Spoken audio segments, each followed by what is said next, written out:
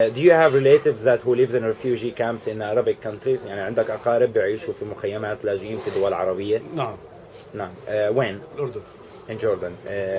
في أي مخيم؟ مخيم الزرقاء. الزرقاء refugee camp. كيف تعامل الحكومة الأردنية معهم؟ كمواطنين عاديين أردنيين. They are treating them very well as Jordanians. اوكي في مكان ثاني بس. اوكي شو رايك باللي بيحصل في مخيم اليرموك وتعامل الحكومه السوريه مع الفلسطينيين؟ مؤامره من What happening at اليرموك من الانظمه العربيه من النظام بشار الاسد بما فيهم منظمه التحرير الفلسطينيه لتركيع الشعب الفلسطيني. Arabic countries government to let the Palestinians go down. Go down where? Like the meaning عشان يقبلوا بأي حل بصير. عشان يقبلوا بأي حل. To accept any solution. To put them down so they'll accept anything. To accept any solution. So why would Bashar Assad be working with? Why would he do that? ليش ممكن يعمل هيك بشار الأسد؟ مش بشار لحاله. He's not alone. مش بشار لحاله. Okay. Oh, so who is? Who is مين؟ بشار مع التنظيمات. مع the political parties. مع مجموعة الجامعة العربية كلها. كلها متآمرة للصلح مع الصلح. Countries they are always belonging to Israel, like the other side is Palestine. Again, I didn't understand. He said that the Arabic university countries they are always working together to fight against the Palestinians. Okay. Does he have any relatives in other Arab countries? And how does he think that the Palestinian refugees in the other Arab countries are treated? عندك أقارب خارج فلسطين يعني بلبنان كلاجئين أو بالأردن، وشو بتعتقد كيف بعملوها من هاي الدول؟ اسمح لي. احنا العرب خاصة يعني ما بنفرقش بين أي إنسان بالعالم العربي أو الأوروبي. إحنا بنحترم وجود كل إنسان. هذا الإنسان اللي بيجي أنا أحترمه وأحترمك وأحترم كل إنسان.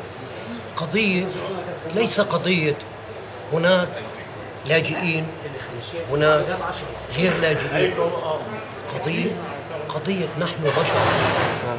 نحن لا نتعدى. خليني أترجمك بس. Okay, as Arabs we respect everyone. Doesn't matter what religion or race he comes from. It's not about who's refugee and who's not. It's basically about respecting the human needs and human rights. That's all. هلا هون القضية قضية إنسان له حقوق. كيف يحتصل على الحقوق؟ هنا الحقوق ذهبنا إلى مجلس الأمن ولم يسمعنا. ذهبنا إلى أمريكا ولم تسمعنا. وكل إنسان لا يسمع هذا الشعب المظلوم. لكن هناك قرار 194 اللي هو ينص في 194 على حق العودة للاجئين الذين هاجروا من ديارهم إلى الشتات. تفضل. Okay, the case is about the refugee. There is this Abu Mahmoud Abbas. He applied for the state. The number was 194, which is the same law that says all the refugees should come back after the war ends. And it's basically we've turned to the US, many countries. No one listens to us, and no one really cares about our rights in this land. But what about how the Arabs treat the refugees? شو بتعتقد عن معاملة البلدان العربية اللاجئين؟ اسمح لي. معاملة كل دولة عربية. أنا أحترم الشعب الأوروبي لو هناك عاطفية للحيوان. إذا كانت هناك عاطفية للحيوان وكيف لا تكون عاطفية للبشر؟ إذن عاطفية الحيوان وعاطفة الإنسان. هذا حيوان ليس ناطق وهذا البشر ناطق. وهذا الحيوان لا يعرف يستصرخ ولا يعرف يحكي ولا يعرف أن يتكلم، ولكن البشر هي التي تتكلم إذا صارت. تفضل. Okay, I respect the Europeans for their caring and accepting and respecting the animals' rights. How about the human rights? We are like, we can speak, we have our thoughts much more than animals do. But he didn't say anything about how Arabs treat Palestinians, how the Arab countries. بس Why? السؤال هو كيف شو بتعتقد عن معاملة البلدان العربية حقيرة للغاية. حقيرة. Oh, the way the Arabs treat Palestinians. حقيرة للغاية، لأنهم هم قاعدين في بلادهم محترمين في بلادهم. إحنا تآمروا علينا في سنة 48 وتآمرت علينا بريطانيا، أعطت وطن قومي لليهود في سنة 1917 وقالوا إنه هذه البلد فلسطين ليس يوجد لها أي إنسان على الأرض، وكانت مملوءة بالناس، ولكن الحروب شتتت هذه الناس ورحلتهم من فلسطين إلى خارج، وهناك آلاف وملايين البشر رحلوا عن فلسطين، وأجت الأونروا وأعطتهم كروت المؤن وأعطتهم خيم في عز البرد القارس، بدلاً أن تكون هذه الأونروا حماية للبشر، أن ترجعهم بالقوة على بلادهم ليعيشوا كبشر وليس كحيوان. نعم صحيح. ترجمة. تفضل. So he thinks that the treatment of the Arab countries is so dirty. They are sitting, like they are staying in their countries peacefully. They don't have any conflicts, like compared to the Palestinian conflict. And they work with the British mandate against the Palestinians here. Until today, the UNRWA doesn't really do much for the Palestinians, like a grassroots solution. What they do is help the refugees, but they don't really hear or do anything to make them come back to their land. أنت كندي، هل أنت تسكن في بلدك وبين أهلك وعشيرتك في كندا، هل يحق للعربي أن يطردك ويجلس مكانك وأنت ترحل؟ You are a Canadian, you live in Canada. Does an Arab guy has the right to come to Canada, claim that he existed before there, and gets you off and you know? No, but the native Indians, in theory, have that same right, but they understand that it's impossible to go back in history. There's no way to undo colonialism. هلا بحكي لك فيش طريقة إنه ترجع الكولونيالية وهي الاحتلال يعني الاستعمار، وبحكي لك في مشكلة الهنود الحمر في أمريكا، كيف بدهم يرجعوها؟ اسمعني، قل له لابد إلا يوما ما أمريكا. أنا أحترم جون كندي كان يحترم العرب ويحترم جميع الأجانب ومتساوي، ويوما ما لا يكون هذا الرئيس عنده احتكار أو عنصرية لأي عربي أو مسيحي أو يهودي. هذا كان رئيس محبوب بين العالم الغربي والعالم العربي.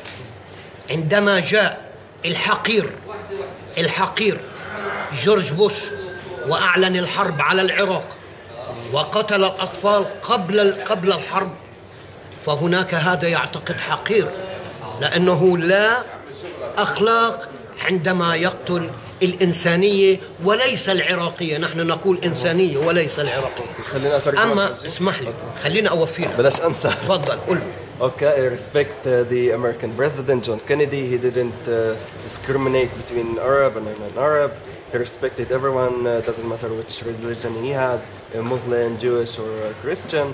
But after his death, came George Bush, and he claimed and he declared the war against Iraq. He made many massacres against the kid.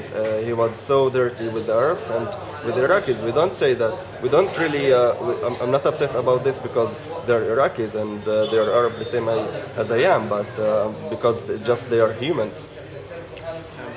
قل له في العالم العربي ليس عالم حقيقي، إنما هو الرؤساء كلهم مواليين لأمريكا ومواليين لبريطانيا، وبريطانيا هي كانت أعظم دولة بالعالم وانكسرت، ولا يزال بريطانيا دولة ضعيفة أمام الدول الأخرى. Speaking about the Arab world, it's not really a word or integrated word. The Arab world, it's basically governments that are allies with the US and the Britons, and they don't really care about the people if it's own. Let's look at the British mandate. They owned a lot. They ruled many parts of this world, and look now today what happened to the British Empire and how weak they became. هل إذا كانت تريد المساواة بين العرب واليهود، إذا كانت مساواة بين العرب واليهود وعاشوا في مدينة واحدة وعاشوا عيشة الكرام، هل هناك يكون مشكلة للعالم؟ If there is hypothetically inequality between a Jewish and an Arab here, would it be a conflict to anyone in this world? الآن هناك مزيد من الأرض العربية الفلسطينية أخذتها إسرائيل بالقوة وبنت عليها مستوطنات، فلم أرى أي زعيم عربي أن يطالب بالحقوق الفلسطينية على أرض فلسطين. هذا ما قبل 67. ولماذا نحن نركض إلى مجلس الأمن ومجلس الأمن لم يحقق شيء لهذه الشعوب العربية أو للشعب الفلسطيني بأسره؟ لماذا لم يحقق إنه مجلس عدالة واسمه مجلس أمن؟ لماذا لم يحقق العدالة وينصف بين الشعوب؟ Until today, the Israeli government are stealing lands from the Palestinians and they are building settlements on it with force. We didn't hear any Arab government or any Arab leader like opposing to this. Why do Palestinians until today run after their rights and run to the مجلس الأمن؟ شو بالإنجليزي؟ مجلس الأمن. Security مجلس الأمن. The same body. Security Council? Security Council. So why do Security Council, that's right. So why do Palestinians run for the Security Council and they don't really care or make anything for the Palestinians on this land? Okay. Do you have any family or friends who are Palestinian refugees? Hi, how are you? No. Palestinian refugees outside of this region? No? What do you think? Are you upset the way the Arab countries treat the refugees? I'm very, very upset. I'm very mad. Why? Why? Because the people, especially in the United Arab Emirates and what you call it over there, they have millions and millions and they spend it for real stupid, bad things. And a lot of refugees, especially in Yarmouk camp in Syria, they dying for the first time for not finding foods. And that should upset everybody in the world with this situation. It's a very upset situation. Do you have Palestinian family outside of this region who's in a refugee camp? في لك عائلات أو أقارب فلسطينيين خارج فلسطين وموجودين في مخيم؟ نعم صحيح. Yes, he has. Okay. Are you upset the way the Arab countries treat Palestinian refugees? هل أنت يعني تشعر بالغضب من الطريقة اللي بيعاملوا فيها الحكومات العربية اللاجئين الفلسطينيين في بلادهم؟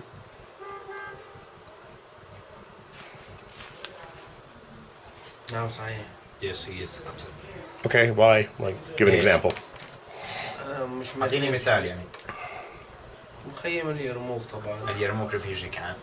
طبعا عيشة الفلسطينيين فيه صعبة جدا. The Palestinians living hard with a very hard احنا عايشين برضه هنا في المخيمات. And we also here do live in refugee camps. تبعتنا. And we know the suffer of the living in the refugee camps. Just this. It's this way. But he's يعني سؤاله كان إنه أنت رأيك بتعامل الحكومات العربية. I'm translating for him that you asked him about the Arab countries how they treated the refugee camps. التعامل يعني مع طبعا في تعامل في سلبي وفي إيجابي. There is a good cases and there is bad cases. على سبيل المثال for example. سوريا. اليرموك قلت لك أنا اليرموك. إيش تعرف عن اليرموك؟ What do you know about اليرموك؟ اليرموك معاناة ثاني مخيم فلسطيني يعني. It's another. يعني إحنا طلعنا تهجرنا على سوريا. We've been. Okay. وقعدنا في سوريا وصارت حرب في سوريا وإحنا ما لناش خص فيها واتحصرنا مرة ثانية. We've been immigrated to Syria because of the Israeli occupation and get refugee camps. And another war started there between Bashar al-Assad and his people. And the Palestinians, they are not involved in that war and they should not be. And the Palestinian who is suffering right now from that war. يعني إيش صار بين بشار وشعبه والفلسطينيين ما لهم مش خص. Between Bashar al-Assad and his people, the Palestinians are not involved. Why is that happening? Okay, where's a good example of where refugees were treated well? بقول لك وين أعطيني مثال منيح إنهم المخيمات الفلسطينية عم بيتعاملوا بطريقة جيدة. الأردن. In Jordan. الملك عبد الله حفظه الله. King Abdullah is treating them very well. God bless him. He said. عايشين في دول عربية ثانية. عندي أخوي عايش في خليج أبو ظبي. Her brother is living in Abu Dhabi. Oh, okay, but he's not a refugee or something. هو لاجئ هناك؟ لا. He's not a refugee. Is he treated well there in Abu Dhabi? هل بيعاملوه معاملة حسنة في أبو ظبي؟ طبعا. Of course. Okay, so about if he has relatives in like Arab countries. عندك أقارب في بلدان عربية؟ Yes. And are they treated well? كيف بيعاملوهم منيح؟ الحكومات العربية. Yes. Which countries? في أي دول؟ Jordan. Okay. What does he think of the fact, like in Syria, Lebanon, Egypt, how Palestinians are treated? الفلسطينيين في مخيماتهم في سوريا ولبنان. حرام يعني إنه هلا راح يتشتتوا من سوريا ويتوزعوا. هذا اللي بده إياه الكيان الصهيوني إنه يضيعوا ويبطل لهم حق العودة. They are gonna be immigrated and they're gonna be lost and they will have not like the right to go back to their countries and that's what the Israelis is looking for. Oh, okay. What does it have to do with Israelis? Okay. What about in Lebanon? The way they're treated? في لبنان. أهدى شوية. It's not that worse. Okay. He's not angry at the Lebanese people or the governments or the Syrian people and governments? أنت مش ما عندك غضب على اللبنانيين أو الحكومة اللبنانية أو السوريين أو الحكومة السورية؟ شو بده يصير عم بضب أي شيء هيك اللي صار يعني إنه الواقع اللي موجود والحروب هاي. This is the life and this is the wars and that's what happened. I can't do anything. Again. Sorry. Let's start from here. Okay. From Ramallah people to Al Yarmouk people, we are one people. We don't die just only if we are together. The hunger shoutings is looking for someone to help and the patients also looking for doctors. Is anyone who could offer help? You filled your stomachs and you forget your Yarmouk.